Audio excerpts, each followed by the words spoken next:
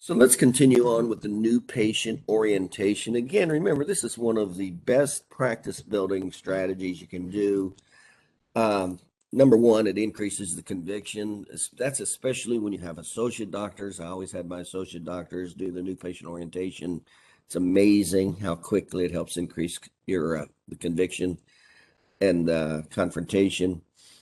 Um, it increases patient retention and it increases quality new patients. Then the trust level goes up significantly when you do the new patient orientation and how you connect the dots and how many times you've already contacted the patient, all that stuff.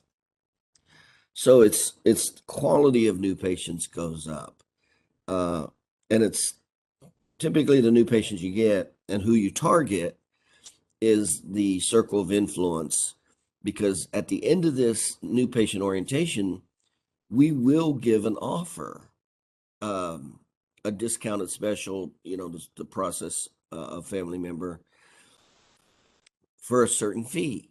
And remember, there's only a certain number of people that your patients will buy a coupon for.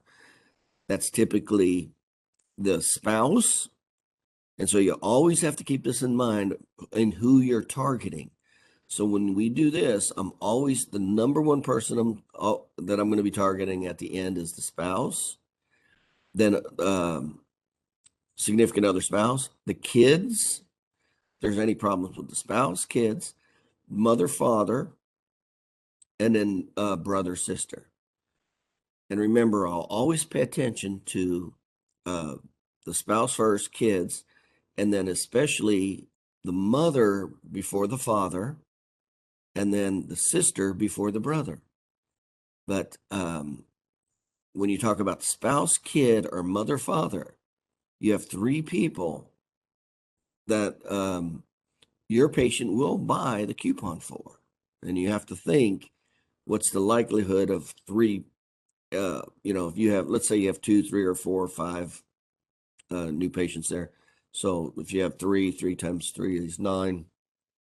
What's the chances you have 9 people that are in their middle age or older that do not have a chiropractic related problem?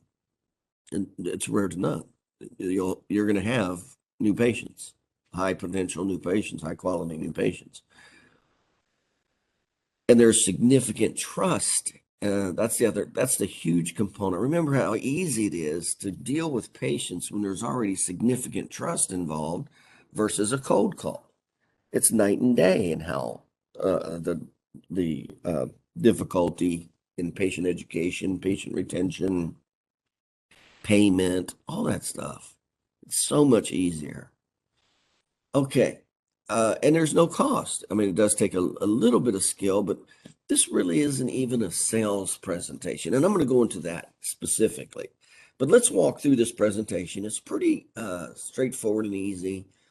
It only takes about 20 minutes, depending on how many questions and interactions and like that. So you can expect to spend 20 to 40 minutes in a new patient orientation. Okay. And I always tell the patients it takes about 20 to 30 minutes. That's what I always tell them. And you'll be fine. They come in at 5:30 for their appointment. They stick around. You start the new patient orientation at 6, and they're out of there by 6:30. So it works real well.